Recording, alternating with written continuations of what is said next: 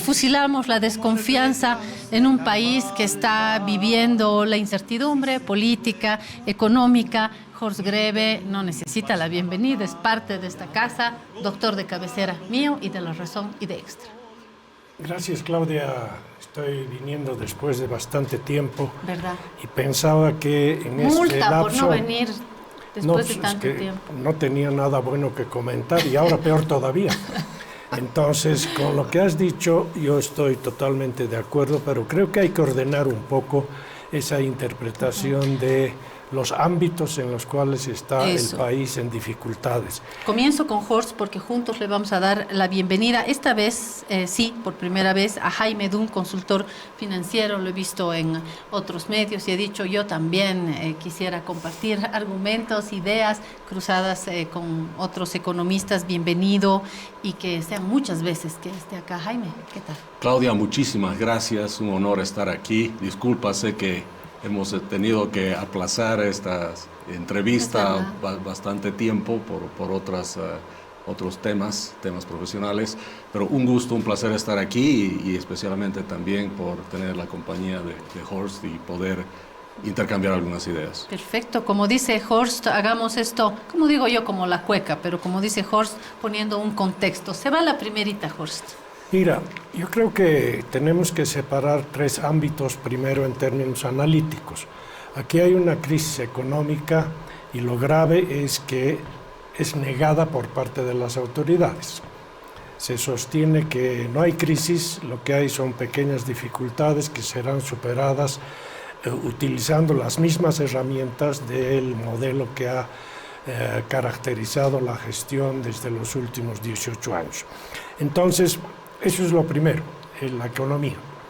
En materia política, ya lo has anunciado, está el problema interno del MAS que salpica a toda la institucionalidad política del país y deja en la perplejidad a la oposición que no sabe generar una agenda propia y lo que está haciendo es averiguar cada día qué va a pasar con el MAS y cómo nos va a afectar a nosotros. Y en tercer lugar, yo creo que lo más importante es que estamos en una grave desinstitucionalización del país, donde una jueza de tercera categoría en Cochabamba decide exigir que el vicepresidente de la República haga determinada decisión y tome determinados fallos. O sea, está al revés el sistema institucional del país. Fallos de un tribunal que también ha concluido. Bueno, un tribunal que se ha autoprorrogado, una central obrera boliviana que amenaza con invadir el Parlamento si es que no se aprueban ciertas leyes que les interesan. Transporte pesado que dice que va a paralizar el país también. El país y los cooperativistas mineros que salen con amenazas del Parlamento donde esperaban la aprobación de 19 contratos y que por primera vez yo creo que hemos tenido un pequeño éxito en hacer respetar las normas y las leyes, que es evitar que se aprueben esos contratos. Porque no hay respeto a al medio ambiente, a las poblaciones, sí, a la utilización de mercurio y a la profundización de la minería depredadora en el país que practican estos cooperativistas, y en defensa de ellos ha salido uno que ha dicho, pero si no se aprueban los contratos no van a tener de qué vivir los pobrecitos. Entonces, estamos mal y lo que preocupa es que no se ve un atisbo de que haya una iniciativa de parte de donde correspondería, que son de parte de las autoridades a cargo de mirar el país en su conjunto. Yo creo que el gobierno se está mirando su ombligo y está desatendiendo la obligación que tiene todo Estado, que es proteger a su sociedad.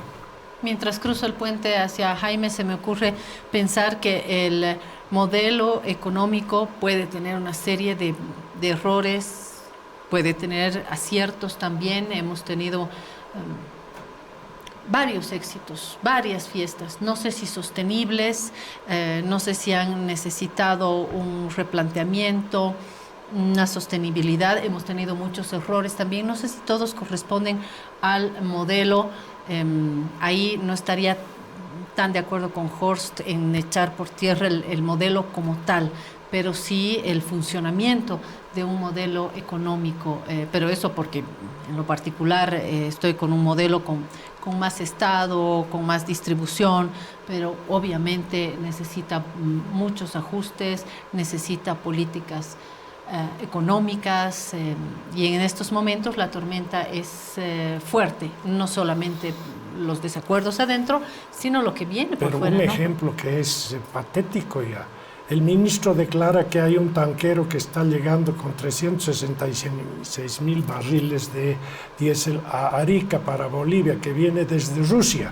Que ha sido desmentido también. Y ha sido desmentido por el presidente de YPFB. ¿Dónde estamos, por favor? Bueno, así estamos. Jaime, de este lado un poco pesimistas y de tu lado. Bueno, lamentablemente tengo que coincidir de que las cosas no están bien. Pero mira, Claudia, ya que tocaste el tema del modelo, déjame comentarte algunas cosas y cómo personalmente veo la cosa. Primero, creo que no es correcto que lo llamemos un modelo como tal, porque es el juego de ciertas variables dentro de las fórmulas del crecimiento, que lo puedo explicar en un momento. Y se lo llama modelo básicamente porque dentro de su nombre lleva la palabra modelo. Modelo económico, social, comunitario y productivo, entonces hay que llamarlo modelo.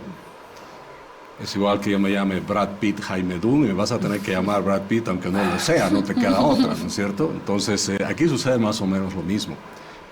Ahora, ¿cómo se conceptualiza este modelo y cómo se ejecuta? Este modelo, entre comillas, lo que dice es: para poder crecer, para poder capturar excedentes, llevarlos al Estado como el que va a jugar el rol de promotor, de benefactor, de empresario, de inversionista, de redistribuidor y banquero, en 7 facetas, planificador más, se va a distribuir en 2 columnas más, ¿no? Que va a ser el llevar a lo que llama las fuentes de generación de empleo, donde tienes un montón de empresas estatales. No nos olvidemos que las empresas estatales juntas tienen un presupuesto 3-4 veces más que las gobernaciones o que de las mismas alcaldías, de todas las alcaldías juntas, y la otra parte va a través de la redistribución de excedentes a través de los bonos, Juancito Pinto, Juana Zurduy, etcétera, etcétera, para luchar contra la pobreza. Entonces, este esquema, ¿cómo lo conceptualizo? Es un esquema donde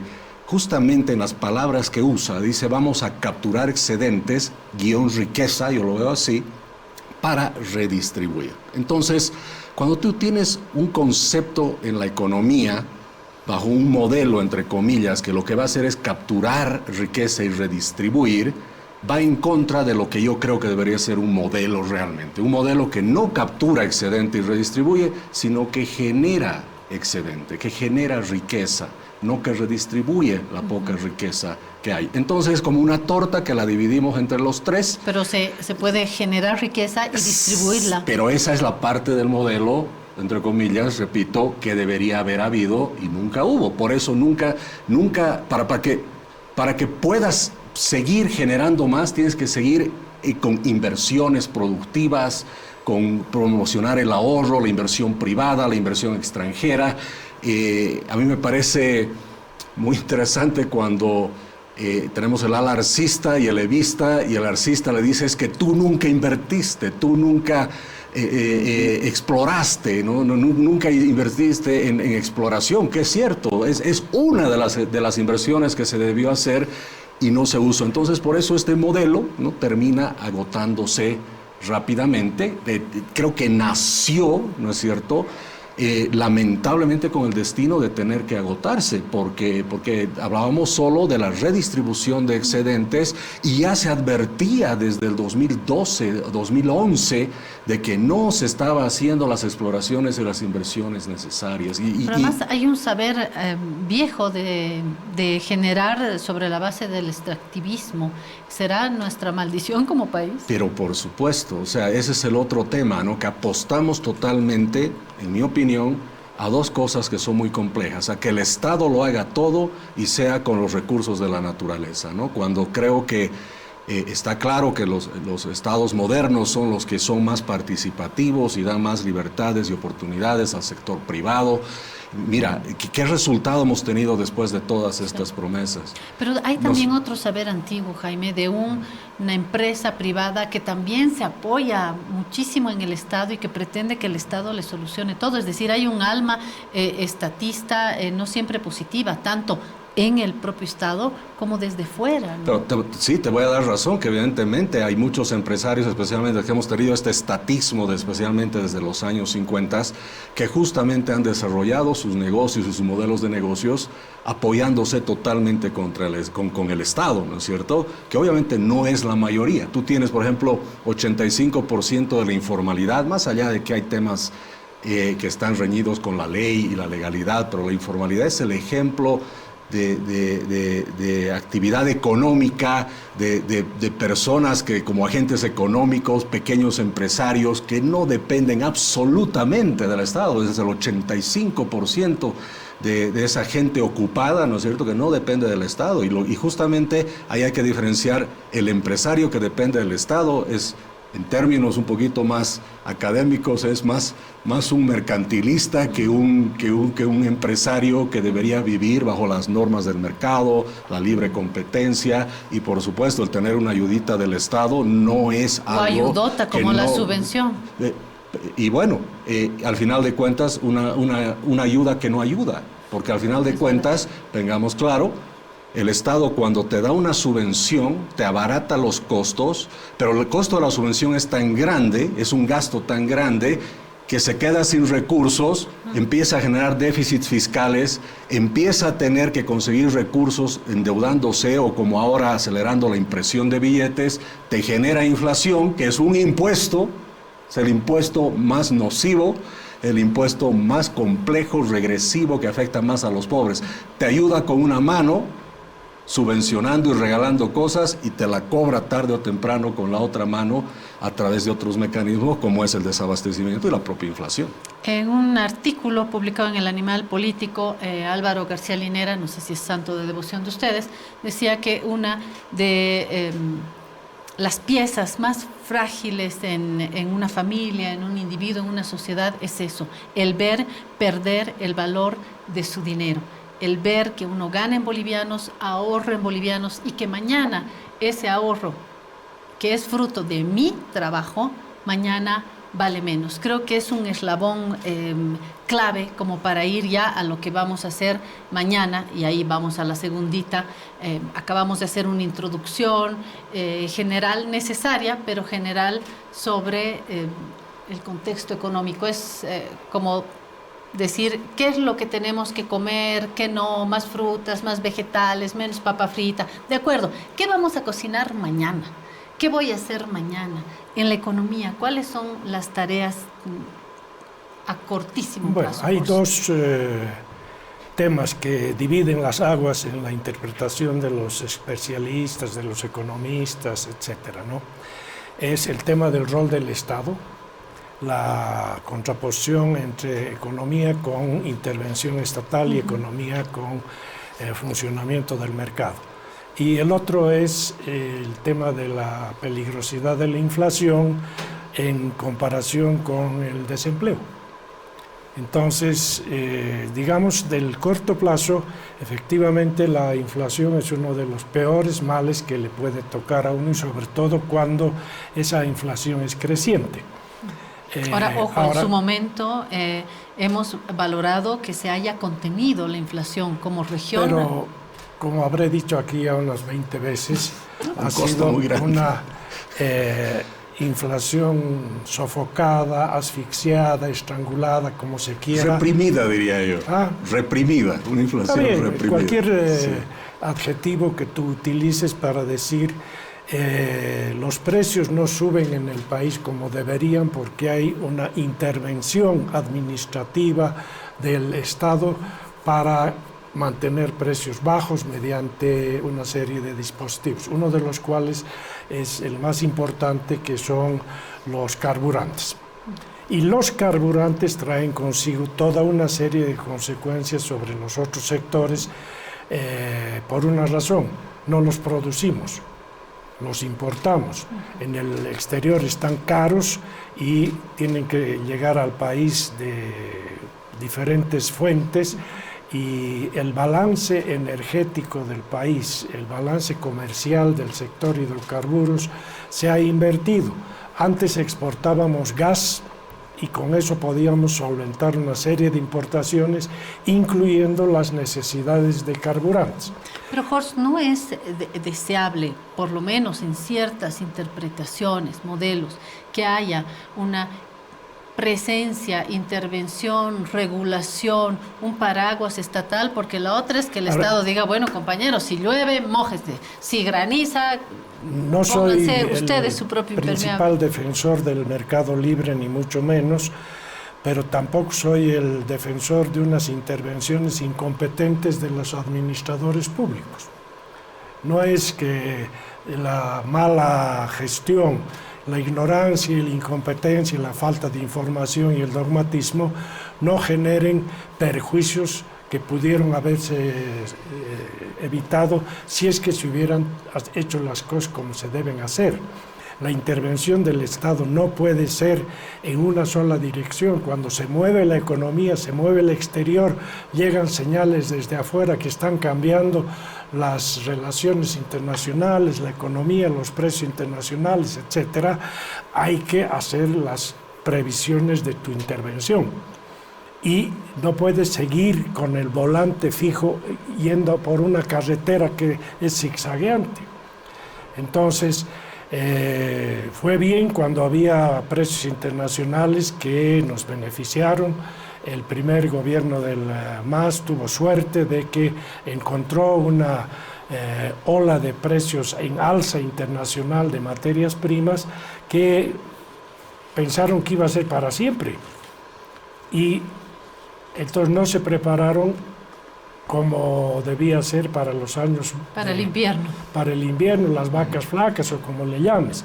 En segundo lugar, no puedes dar un subsidio a los carburantes plano para todos, desde los autos de lujo de gama alta hasta los taxistas. Pero ¿cómo discriminamos? Guay que discriminen. Eso se tiene que hacer mediante una serie de dispositivos e incentivos adecuados, mediante una inteligente combinación de medidas administrativas con medidas de incentivos. ¿A quiénes hay que poner de un lado y del otro? Por ejemplo, en la subvención, Jorge, como grandes sectores. Bueno, yo creo que en primer lugar... Autos de lujo que paguen su gasolina. No, y también los transportistas en gran escala, y hay que diferenciar, hay que hacer una escala de precios, de tal manera que se pueda tener, digamos, por fuera del subsidio a aquellos que pueden pagar más alto el precio de la gasolina sin afectar a su estándar de vida o a su esquema de costos. Obviamente en el país el hecho de tener una política tan laxa y tan plana y tan indiscriminada en materia de carburantes ha traído una importación impresionante de vehículos, la mayor parte robados en Chile. Y el contrabando, ¿no? Y entonces tenemos aquí una distorsión en una de las arterias más importantes del cuerpo económico, que son los transportes. A eso se le reprime ahora con policías militares en las gasolineras. En ninguna parte del mundo se ha abatido la inflación con medidas coercitivas de la policía y los militares. Entonces esa experiencia se debería tener. Además, los militares son para la foto, porque no tienen ninguna injerencia en lo que está fluyendo desde la bomba hacia los tanques de gasolina o de diésel de los que están comprando. Como espantapájaros, ¿no? Que de repente... Sí. Bueno, ese es el problema con esto, que distorsiona la discusión teórica, dogmática, entre una intervención sensata del Estado. En este momento, uno de los países que tiene más intervención del Estado es Estados Unidos. La ley contra la inflación de Biden es una política intervencionista del Estado con selección de ganadores, con subsidios enormes, con una serie de mecanismos para fomentar un objetivo que quiere lograr por razones geopolíticas. O sea, si la principal potencia adopta en determinado momento una política intervencionista, no debe ser tan mala la cosa. Por lo tanto, hay que discriminar y no ser dogmático y decir solamente las empresas públicas son las buenas y por otro lado solamente las empresas privadas son las buenas. No es así. Como buena cocinera estoy con un par de ollas. En mi olla de enfrente estoy junto a Omar Yujra, presidente de la Comisión de Planificación de Diputados, para hablar de la jubilación de médicos. Pero si me pueden aguardar un segundito, por favor, porque estamos justo con el tema de la inflación. Quiero terminar de cerrar, antes de que se me queme esta otra olla, con Jaime, cerrar el círculo de la inflación y luego pasamos con Omar y volvemos a nuestra mesa. Así me organizo en la cocina. y lo quemo todo. Jaime. Gracias Claudia. Sí, hacer varios comentarios por lo que se acaba de decir. Evidentemente el Estado tiene que ser un Estado lo suficientemente pequeño y fuerte para principalmente ayudarnos a proteger todo lo que tiene que ver con la vida, las libertades y la propiedad privada y la seguridad jurídica. ¿Qué es lo que no tenemos en el país? Tenemos un Estado inmenso, pero no tenemos seguridad jurídica. El hecho que la misma Constitución ha sido tirada al suelo por quienes la han creado, nos lleva a esta crisis política que tenemos hoy en día. Sonaba muy bonito eso de que elijamos los jueces, los magistrados, muy democrático, muy bonito, y mira qué nos ha llevado. Este cuerpo legal, ese contrato social que creo que, en mi opinión, ni siquiera ha terminado de nacer bien, ¿no? En su aplicación ha sido el problema más grande para el mismo gobierno. Y se está usando ese instrumento jurídico ahora para atacar el alevista al arcista y el arcista al alevista. Se ha vuelto un instrumento de guerra, ¿no? Eso te lleva a cómo, cuando dejas todo en mano del Estado bajo digamos, un armazón de una seguridad jurídica que no existe, todo se vuelve en contra de la ciudadanía y no a favor, ¿no? Ese es un primer tema. Segundo, evidentemente tú tienes las potencias del mundo, muchas con momentos más intervencionistas de otros, pero también significa que habría que ver qué políticas económicas se están aplicando y bajo qué gobierno. Evidentemente, la política de Biden es mucho más intervencionista que otras políticas de otros que son, por ejemplo, los republicanos. Pero más allá del hecho de que haya ciertas intervenciones, la conclusión total y absoluta, y lo vemos de Bolivia, es que todo lo que el Estado ha estado haciendo, Claudia, excepto una o dos excepciones que ni siquiera sé cuáles serían, no ha estado funcionando. Las empresas estatales, el crear procesadoras de chirimoya donde no hay chirimoya, convertir la papa en palomitas de maíz, eso no es industrialización. Cuando ha entrado el gobierno con este modelo económico, social, comunitario, productivo, éramos un país que teníamos algo de reservas, teníamos algo de oro, teníamos contratos de gas. Hoy en día no tenemos absolutamente nada. O sea, estábamos mejor antes del MAS. Desde el punto económico estábamos sobre una base de la cual se podría construir un país, creo, muchísimo mejor al que hemos llegado, porque lo que hemos hecho es dilapidar todos esos recursos que hemos tenido en su momento, y eso nos ha generado esta sensación de bienestar hasta el 2014. Pero un buen modelo económico y un buen gobierno es el que funciona en las malas y en las buenas. No podemos tener un gobierno y un modelo económico que solo sirve para el auge, y si no hay auge ya no sirve, ¿no es cierto? Eso es lo que hemos llegado a tener al final. Y si me permites comentar un poquito sobre la inflación, totalmente de acuerdo con Horst. No es que no había inflación, la hemos reprimido. La hemos reprimido con subvenciones entre hidrocarburos de 1.500, 1.700 millones, subsidios a algunos alimentos, servicios básicos. 2.000 millones de dólares al año nos ha costado mantener esa inflación baja. Es decir, como Bolivia, nos hemos comprado la inflación baja todos los años. Es como que hemos coimeado a la inflación para que no saque la cabeza.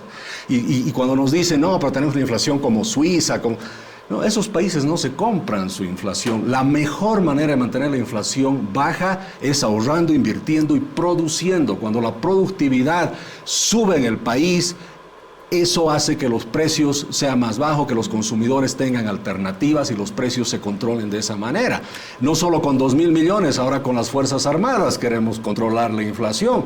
Qué pena, 4.000 años de historia han demostrado que con coacción no se controlan los precios, se lo empeora. Y qué terrible para las Fuerzas Armadas tener que luchar contra los tomates y capaz pierdan esa guerra. No sé si las Fuerzas Armadas son la gran solución a nada, pero sí creo firmemente en una presencia del Estado, pero también es una opinión personal y yo no soy economista. ¿Qué hacemos los que no tenemos bolivianos? Nos ponemos a buscar dólares, comprar, dolarizate, pero ¿cómo me voy a dolarizar si no hay dólares? Y ahora hay una especulación tremenda, los precios están subiendo, hay una incertidumbre en la población y esto obviamente, y yo insisto en que el Estado sí tiene que intervenir y sí tiene que dar certezas. Si me permite, si quisiera comentar un poco, justamente ahí hemos visto un ejemplo con la 035, un ejemplo de la intervención del Estado. ¿Por qué tenemos que nosotros decir hasta qué edad tiene que trabajar alguien? Al final de cuentas, el que tiene que definir si quiere seguir trabajando y se siente capaz es el trabajador. Pero para la jubilación en todos los países se establece una edad. Pero volvamos al tema de la jubilación. Por temas políticos en Bolivia se ha ido cambiando 58, 55, por cada hijo un año menos, etcétera, etcétera. Tú tienes más o menos 218.000 o 220.000, si no me equivoco, jubilados en este momento. Cerca de 18.000 siguen trabajando. Siguen trabajando, ¿por qué? Porque la jubilación no les alcanza para vivir. Por eso quieren seguir trabajando. Tú dices, en cualquier parte del mundo hay edad, pero en cualquier parte del mundo también tienes, especialmente cuando se ha prometido mucho, tienes una tasa de reemplazo, se llama, salarial del 60-70%, que está en la Constitución, y Bolivia nunca se ha llegado a acercarse. Salvo siquiera. Los militares, que sí bueno, se jubilan las excepciones, porque evidentemente nunca somos iguales ante la ley cuando el Estado arma esas cosas de esa manera. Pero al final de cuentas, si quien me va a emplear, la empresa que me quiere a mí, está dispuesta a contratarme a la edad que sea, y yo me siento capaz de trabajar y me quieren contratar, ¿por qué tiene que venir un tercero a decir, no señor, usted no puede trabajar? Es cierto, aquí no se está afectando la edad de jubilación, lo que se está afectando es al derecho de seguir trabajando. Va a venir el Estado y nos va a decir, usted no, usted sí, a través de un examen médico.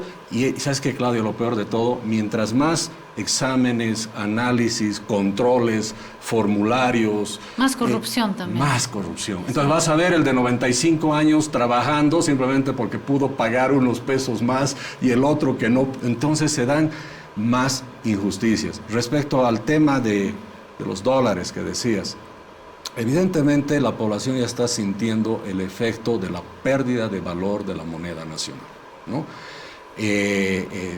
Por eso yo insisto, ver el tema no tanto como que el dólar se ha vuelto más caro, sino nuestra moneda vale menos, ¿no? Vale menos y está perdiendo valor. Y todos somos agentes económicos. Todos tomamos la mejor decisión de acuerdo a nuestro alcance y la información que tenemos. Y por eso cuando tú ves que salen 1.300, 1.400 millones de dólares del sistema de intermediación financiera en dólares y la gente los retira, es porque confía más en el dólar que en la moneda nacional. Nuestro sistema financiero todavía es sólido, es solvente, tiene ciertas perturbaciones. La confianza del público, y quiero que seamos claros en eso, la confianza del público en el sistema financiero ya no es la que era antes. Sigue siendo mucha confianza en bolivianos, pero ya no en dólares. ¿Quién confía en un banco en dólares? Nadie, ¿no es cierto? Nadie. Entonces, si yo como ciudadano, a ver, en este momento quiero comprar dólares a 8.5, 9. Quiero hacerlo porque necesito, pero no puedo. No puedo porque si yo voy a la calle y nos ve un policía, ¿no es cierto? O la protección, el protector del consumidor, no sé qué se llama ese viceministerio, viene e interviene. Si Horst me quiere... No, si se va a cualquier casa de cambio, yo creo que sí hay. Si Horst me quiere vender dólares a mí a 9 y yo estoy dispuesto a aceptar a 9, déjennos a consolidar el negocio. Hoy en día la falta de la divisa es tan seria que hay importadores que ya no les importa el precio, lo que les importa es tener los dólares hoy. Entonces, cuando tú vas detrás de los librecambistas, los persigues, los metes a la cárcel, es un agente económico en el mercado menos. Y eso lo que va a hacer es que no puedas, ¿no es cierto?, tener un mercado más abierto de los dólares. Tienes que dejar fluir los dólares. La Argentina ha aprendido bien. El mismo gobierno kirchnerista, a ver, seamos claros, en la Argentina el dólar blue y muchos de esos tipos de cambio son también, no quisiera decir ilegales porque los han, entre comillas, formalizado, pero no son formales.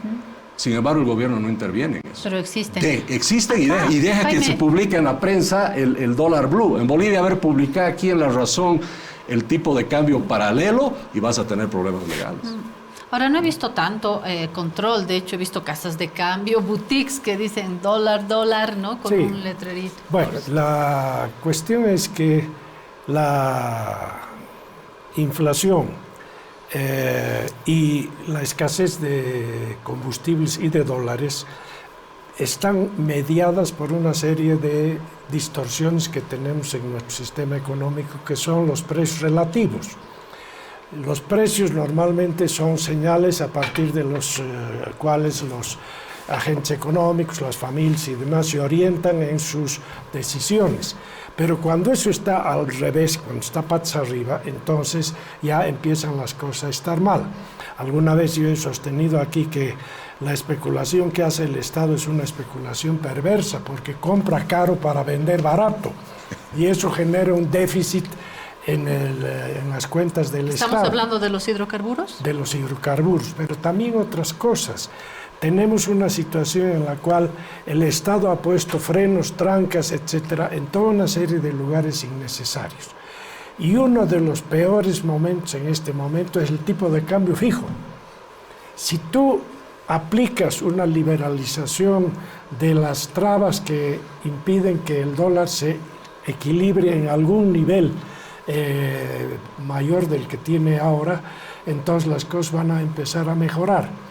Pero ¿cuál es el factor que equilibra? ¿Es el mercado? ¿Qué equilibra? El mercado equilibra en primera instancia. El Estado interviene en segunda instancia para corregir injusticias, porque el mercado es ciego frente al futuro y es insensible frente a la situación de las desigualdades de la sociedad. Por lo tanto, ese es el principal justificativo para una intervención del Estado ex post.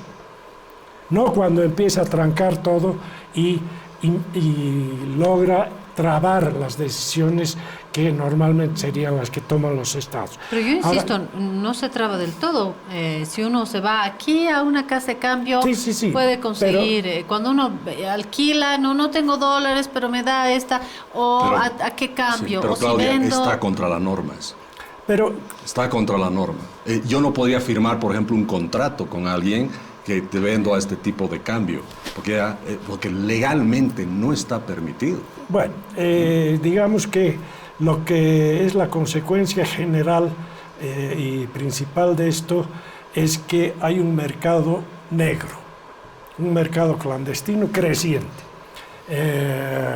y ese genera repercusiones en nuestras exportaciones. Salen de contrabando productos de primera necesidad hoy en día a la Argentina, porque en la Argentina los precios están mucho más altos y por lo tanto no falta quien dice no, pero deberíamos dejar que libremente exporten porque es un incentivo, ellos son exportadores, van a exportar y van a ganar plata, que van a traer al país con dólares.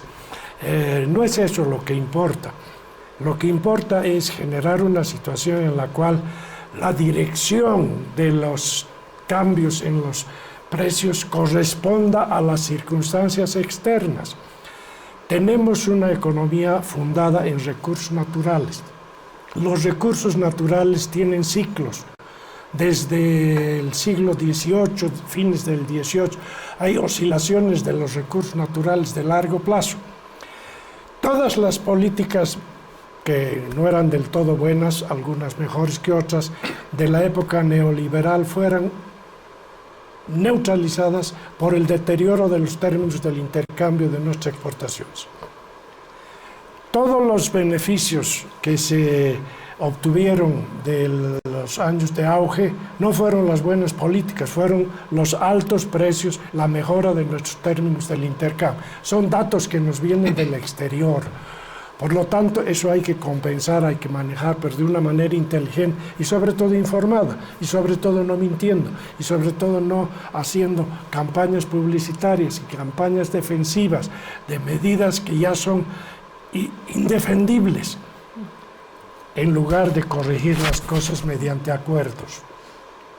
Tenemos una situación en la cual ya hay piedra libre para decir cualquier mentira por parte de las autoridades para engañar a la gente, para hacerle creer que esta situación va a corregirse a muy poco plazo, que están ya todas las disposiciones hechas, va a haber litio dentro de 2 años, va a haber un mar de gas dentro de 6 meses, va a entrar en funcionamiento el Mutum, vamos a exportar a los países vecinos y a los países del Asia grandes cantidades de hierro, de láminas de acero, vamos a vender todo el ganado imaginable a la China.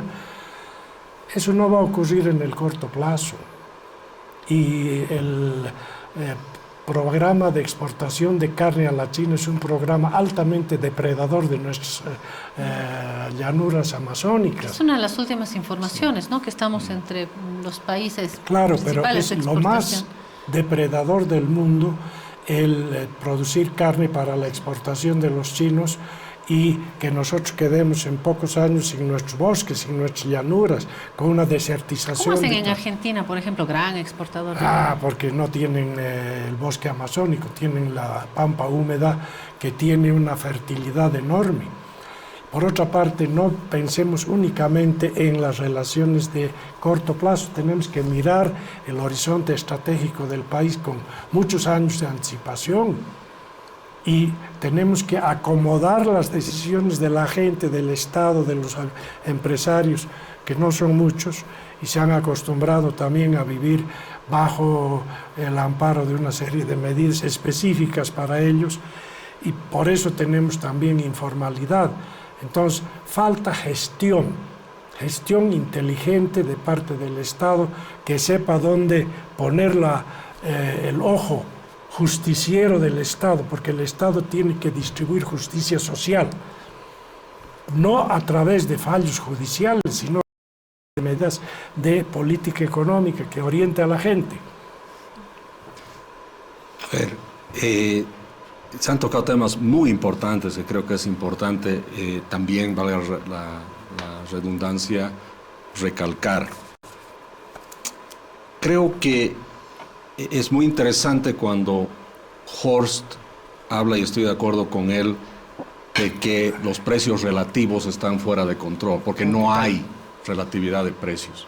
O sea, ¿qué significa eso en el lenguaje sencillo? Que el precio de algo tiene que tener lógica y relación con algo más.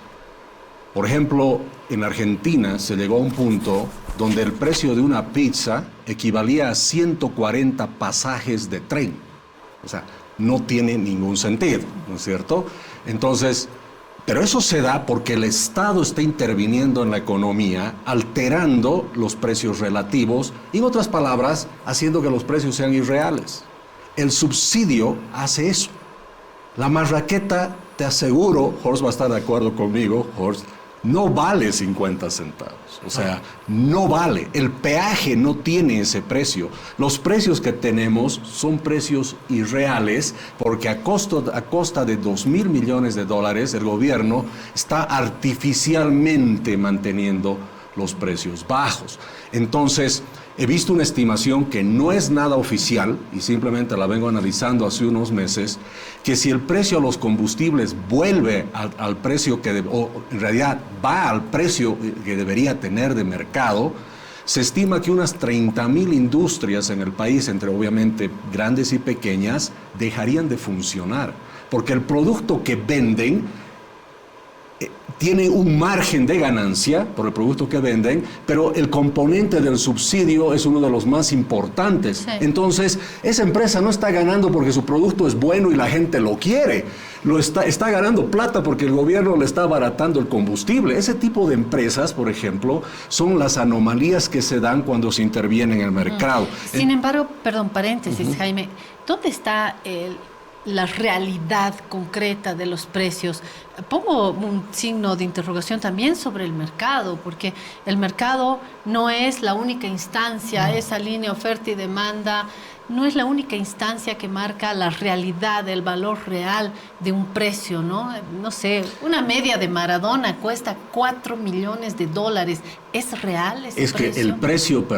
el precio es que ahí viene un tema también que es muy interesante. Cuando hablamos del precio relativo y que el precio comunica, es un comunicador. Horst lo decía muy claro. Horst está repitiendo lo que dice en una escuela austríaca de economía, ¿no es cierto? El precio es un gran comunicador.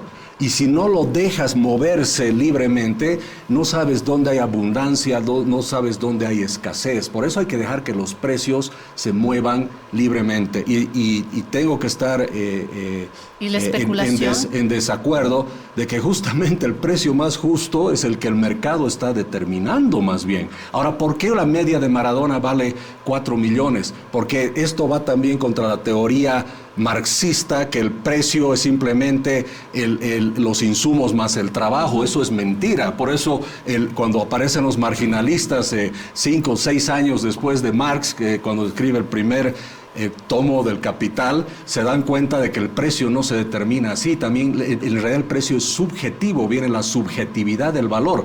Este poquito de agua que tienes aquí, ¿cuánto vale? Casi nada. Depende si está lloviendo o hace calor. Depende Exacto. si hay agua o no. Y si estoy en el desierto y te ofrezco esto, capaz me pagues $1 millón. Y si soy una gran especuladora, 2 millones. Pero no, pero aclaremos el tema de especulación y eso me lleva al otro punto. Disculpa que No, por me favor, estoy alargando, para eso pero Horst ha tocado temas que creo que son muy importantes, fundamentales. ¿Cuál es el precio del dólar en este momento real? Es el precio del mercado paralelo. Sí. Ese es el precio real. Y de ese tienes información. Hay 13, 14 tipos de cambio ya en el país. Y todos los días puedes ver y averiguar cómo está.